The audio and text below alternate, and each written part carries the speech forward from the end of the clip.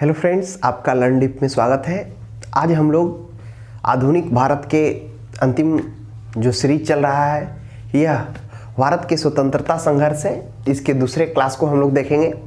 इससे पहले जो क्लास हुआ था उसमें हम लोगों ने देखा था कि किस प्रकार भारत के स्वतंत्रता आंदोलन को हम लोग 3 चरण में विभाजित कर पढ़े थे। जो प्रथम चरण था 1885 से 1905 ईस्वी में था। इसमें उदारवादी नेताओं का प्रभुत्व रहता है। और द्वितीय चरण जब बंगाल का विभाजन कर दिया जाता है और इस विभाजन के बाद जो भारतीय जनताओं का ब्रिटिश के प्रति जो रोष बढ़ता है उसमें गरम दल क्रांतिकारी नेताओं का उद्भव होता है और उनका बोलबाला रहता है। और उसके बाद जो तृतीय चरण होता है 1917 से 1919 ईस्वी, जिसमें गांधी जी इस आंदोलन में एंट्री लेते हैं और यह गांधी युग के नाम से भी जाना जाता है, जो हम लोग इससे पहले क्लास में उसमें गांधी युग के बारे में पढ़ चुके हैं। तो आज हम लोग देखेंगे जो द्वितीय चरण 1905 से स्टार्ट हुआ था और यह 1919 ईस्वी तक रहता है। इसमें जो भी क्रांतिकारी आंदोलन होते हैं, जो क्रांतिकारी नेता रहते हैं, इनमें उनका प्रभुत्व किस प्रकार से रहता है,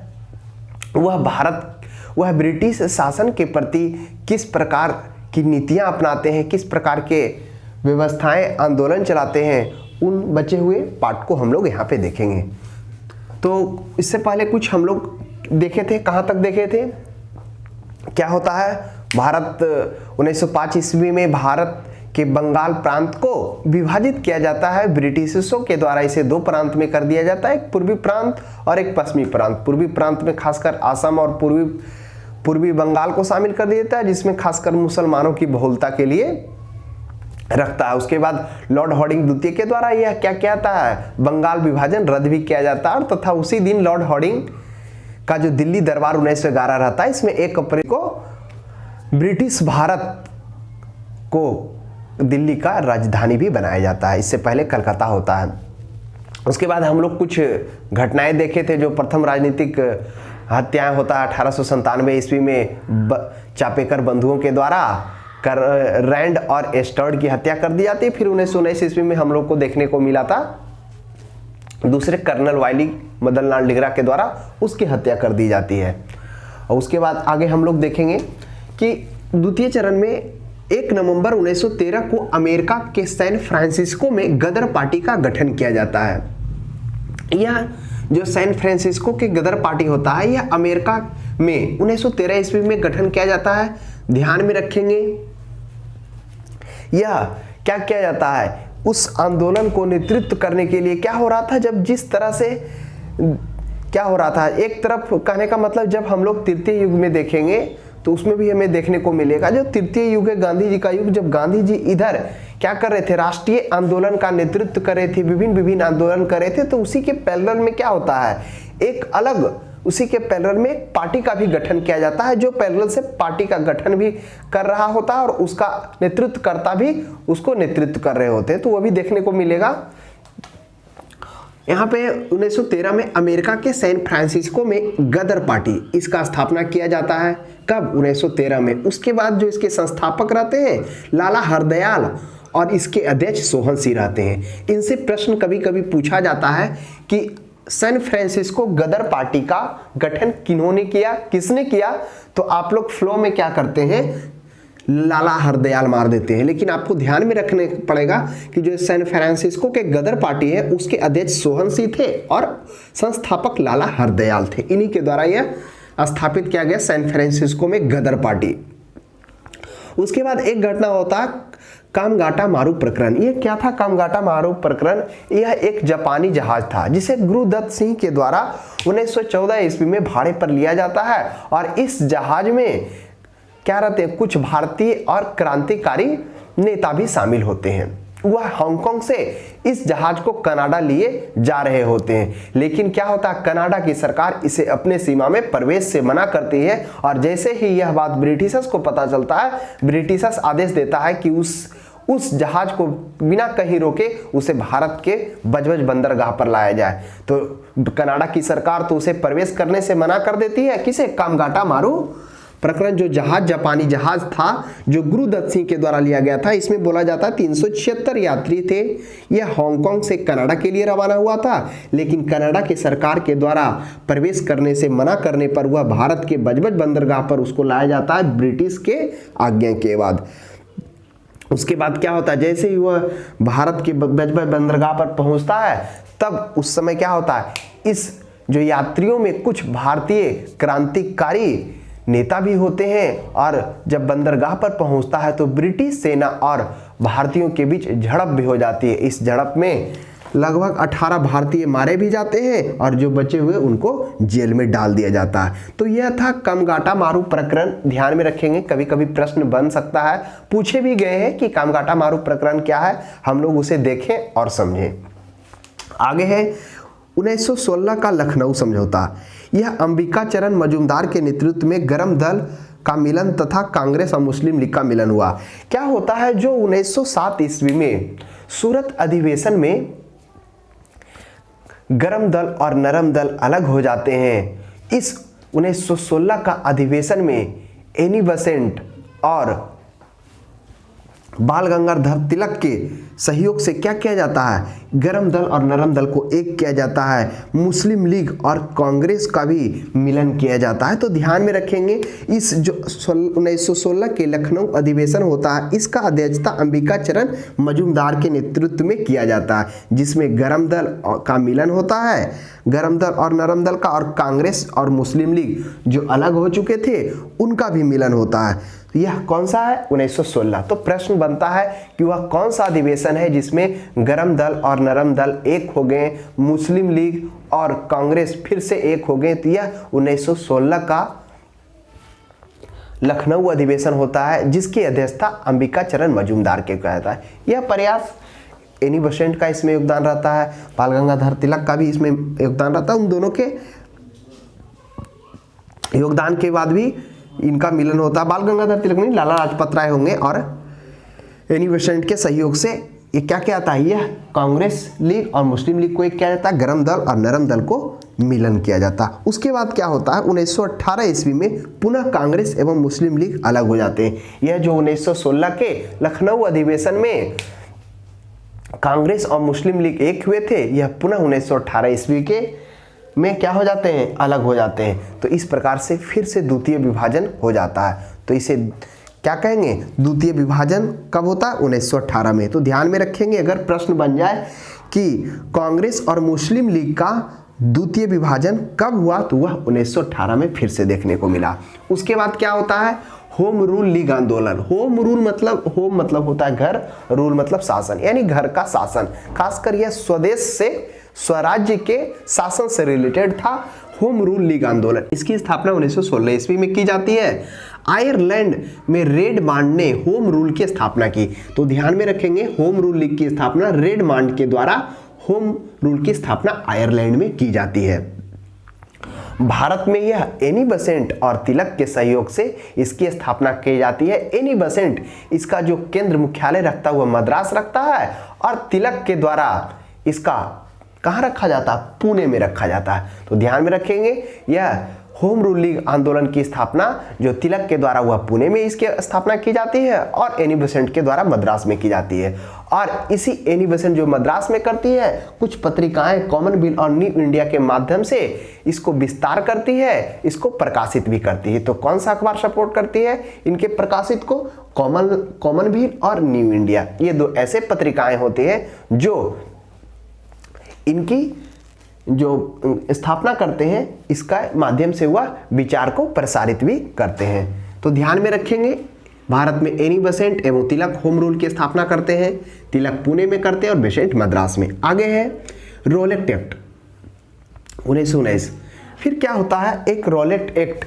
अब हम लोग पढ़े थे कि रोलेट एक्ट की चर्चा पहले भी हुई है। यह 1919 ईस्वी में होता है, जब क्या होता है, मॉन्टेग्यू चेम्सफोर्ड सुधार लाया जाता है। तो क्या होता है कि क्रांतिकारियों के दमन और क्रांतिकारियों के षड्यंत्र को पता करने के लिए एक कमेटी का गठित किया जाता है। यह कमेटी रोलेट एक्ट, यही रोलेट एक्ट के नाम से जाना जाता है। इसे क्या कहता है, मॉन्टेग्यू चेम्सफोर्ड के सुधार में विधान परिषद में क्या किया जाता है, इसे 2 परिषद पेश किया जाता है, 2 प्रस्ताव को पेश किया जाता है। एक प्रस्ताव को भारतीयों के विरोध के कारण वापस ले लिया जाता है, जबकि दूसरे प्रस्ताव को क्या कर दिया जाता है, पारित कर दिया जाता है। यह 1919 ईस्वी में पारित होता है और 3 साल के लिए यह एक्टिव रहता है, यानी 3 साल के लिए आता है। और इस रॉलेट एक्ट ऐसा कानून होता है जिसमें किसी भी व्यक्ति को शक के आधार पर उसे गिरफ्तार कर जेल भेजा जा सकता था। इसीलिए इस एक्ट को बिना वकील, बिना दलील और बिना अपील के कानून भी कहा जाता है। तो ध्यान में रखेंगे, रॉलेट एक्ट को क्या कहा जाता है, बिना वकील, बिना अपील और बिना दलील के कानून भी कहा जाता है। तो ध्यान में रखेंगे। इस प्रकार से क्रांतिकारी प्रभाव का जो समाप्त करने के लिए यह मार्च 1919 ईस्वी में रिपोर्ट लाया, जो हम लोग अभी देखें। उसके बाद क्या होता है कि इस रॉलेट एक्ट जब यह पारित कर दिया जाता है 1919 ईस्वी में, उसके बाद क्या होता है, कुछ समय बाद डॉक्टर सतपाल और सैफुद्दीन किचलू, इसको 10 अप्रैल 1919 ईस्वी को इनको गिरफ्तार कर लिया जाता है। इस गिरफ्तारी के विरोध में पंजाब की जनता एक जलियांवाला बाग गार्डन में एकत्रित होती है। यह जो जलियांवाला बाग जो होता है वह 3 और लंबी लंबी दीवारों से और एक और गलियारा से जाने का रास्ता रहता है। यहाँ पर भारी मात्रा में स्त्रियां, बच्चे और वृद्ध जन विरोध लेकर एकत्रित होते हैं और जन विरोध करते हैं, शांतिपूर्वक ही करते हैं। जब यह बात ब्रिटिशर्स को पता चलता है तो जनरल डायर के नेतृत्व में वहां पे जनरल डायर सैनिकों के साथ जाता है और इस भीड़ को देखकर जनरल डायर आज्ञा देता है अपने सैनिकों को, और उसके बाद क्या होता है, गोलियों की बौछार की जाती है और इस बौछार में हजारों हजार की मृत्यु होती है। और यही घटना होता है 13 अप्रैल 1919 ईस्वी को, जो जलियांवाला बाग हत्याकांड के नाम से जाना जाता है। तो इस तरह से यह कांड होता है जलियांवाला बाग हत्याकांड, जनरल डायर के आदेश पर अमृतसर में जलियांवाला बाग। इसमें क्या होता है, जब इसकी जांच बैठाई जाती है, जो ब्रिटिशर्स जो रिपोर्ट होता है ऑफिशियली, उसमें मात्र 379 व्यक्ति का मृत्यु ही दिखाया जाता है, लेकिन वास्तविक रूप से हजारों हजार व्यक्ति का मृत्यु होता है। तो इसको लेकर क्या हो जाता है, इसको लेकर भारतीयों में रोष बढ़ जाता है, भारतीयों में जन विरोध बढ़ जाता है। लोग इसकी न्याय की मांग करने लगते हैं, लोग इसे जांच की मांग करने लगते हैं। जब यह बढ़ता जाता है तब क्या कहता है, जब भारतीयों का रोष बढ़ता है तब ब्रिटिशर्स के द्वारा एक जांच कमेटी बनाई जाती है। यह जांच कमेटी सिर्फ नाम का होता है और लोगों को रोष शांत करने के लिए ही होता है। वह जो जांच कमेटी ब्रिटिशर्स के द्वारा बनाया था, हंटर कमेटी। इस जांच कमेटी से पहले एक हंसराज सरकारी गवाह बन जाता है। जो हंसराज एक भारतीय होता है, वह ब्रिटिशर्स का सहयोग कर क्या करता है, सरकारी गवाह बन जाता है। और इस गवाह बनने के बाद क्या कहता है, जो जनरल डायर था वह इसमें बेकसूर पाया जाता है और उसको रिहा कर दिया जाता है, यानी उसको सजा। उसके बाद दीनबंधु, जो दीनबंधु है CF एंड्रूज, जो CF एंड्रूज है, इन्होंने इसे क्या कहा, जानबूझकर की गई हत्या कहा था। यह जो हत्या था जलियांवाला बाग हत्याकांड, दीनबंधु, जिन्हें दीनबंधु किसे कहा जाता है, CF एंड्रूज को। देशबंधु वो CR दास होंगे, वो ध्यान में रखेंगे, वो देशबंधु थे और ये दीनबंधु है, कंफ्यूज मत करिएगा। दीनबंधु CF एंड्रूज कहा गया है। इसे इन्होंने इस घटना को जानबूझकर की गई हत्या भी कहा है। उसके बाद क्या होता है, यह हंसराज सरकारी गवाह बन जाता है और क्या कहता है, वह जो जनरल डायर था उसको दोषी करार दिया था। फिर एक कमेटी का गठन, जो कमेटी स्थापित की जाती है इसकी जांच के लिए, वह ब्रिटिशर्स के द्वारा, उस कमेटी का नाम था हंटर कमेटी, जिसकी स्थापना अक्टूबर 1919 ईस्वी में होती है। इस कमेटी का गठन किया जाता है कि इस जो घटना हुआ इसकी जांच करे। इसमें 5 ब्रिटिशर्स और 3 भारतीय भी शामिल होते हैं। वह 5 ब्रिटिशर्स और 3 भारतीय, जो 3 भारतीय हैं वह चमनलाल सीतलवाड़ होते हैं। पहला चमनलाल सीतलवाड़ और दूसरा साहबजाद सुल्तान और तीसरा जगत नारायण। यही 3 भारतीय होते हैं जो क्या होते हैं, इस कमीशन में जो जांच कमेटी बैठाई जाती है इसमें होते हैं और इसके अध्यक्ष लॉर्ड हंटर होते हैं।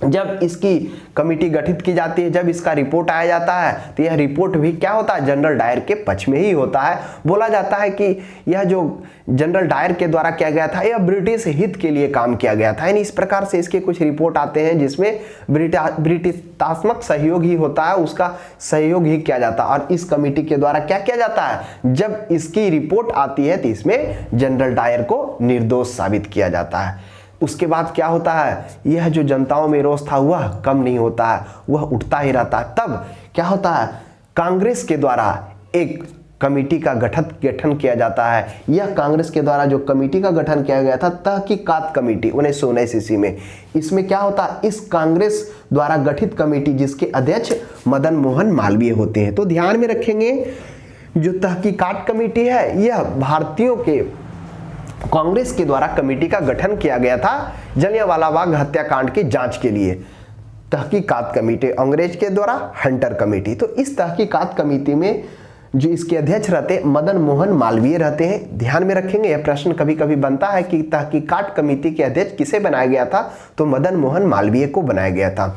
उसके बाद जो इसके बहुत सारे सदस्य होते हैं, उन सदस्यों में से जो प्रमुख थे महात्मा गांधी और मोतीलाल नेहरू भी इसके सदस्य होते हैं इस तहकीकात कमेटी के।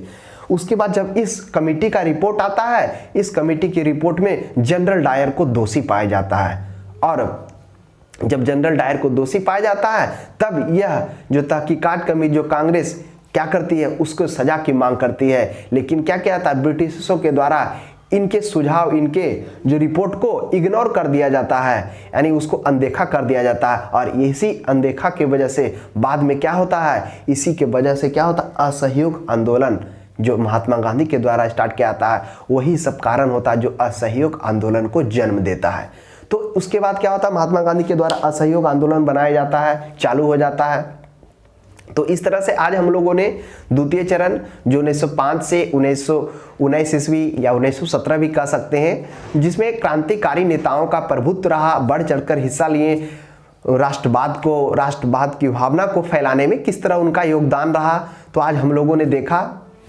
अब इसके बाद कुछ जो बचे हुए हैं, जो हम लोगों ने बात की कि जो जब महात्मा गांधी क्या होते हैं, तीसरे चरण में आते हैं 1917। गांधी जी जब चंपारण से भारतीय आंदोलन में एंट्री करते हैं, उसके बाद जब वो क्या कर रहे हो, नेतृत्व कर रहे होते हैं भारत के स्वतंत्रता संघर्ष के लिए, तो उसी के पैरेलल में क्या होता है, कुछ और भी संगठन बनाए जाते हैं, कुछ और भी नेताओं के द्वारा उस संगठन का नेतृत्व किया जाता है। तो बचे हुए कुछ संगठन जो उनके पैरेलल में कौन कौन सा चलाया गया था, उनके बारे में अगले क्लास में हम लोग देखेंगे, जिनसे प्रश्न पूछे जाते हैं और प्रश्न बनते ही बनते हैं। तो इस प्रकार से ये एक ऐसा पैकेज बनाया गया है जिसमें आपको कहने का मतलब टोटल जितना भी प्रश्न बन सकता है, यानी 100 में से 90% प्रश्न आपके इससे सॉल्यूशन हो जाएंगे। इस प्रकार से ये पैकेज को तैयार किया गया है। तो आज के लिए इतना ही, और हमारे वीडियो देखने के लिए आपको धन्यवाद। और हमारे क्लास को उन तक जरूर पहुंचाएं जिनका आने वाला टाइम में आगामी एग्जाम है। और आपको यह क्लास कैसा लगा कमेंट में जरूर बताएं, और कोई दिक्कत हो तो बिल्कुल कमेंट बॉक्स में अपना प्रॉब्लम रख सकते हैं।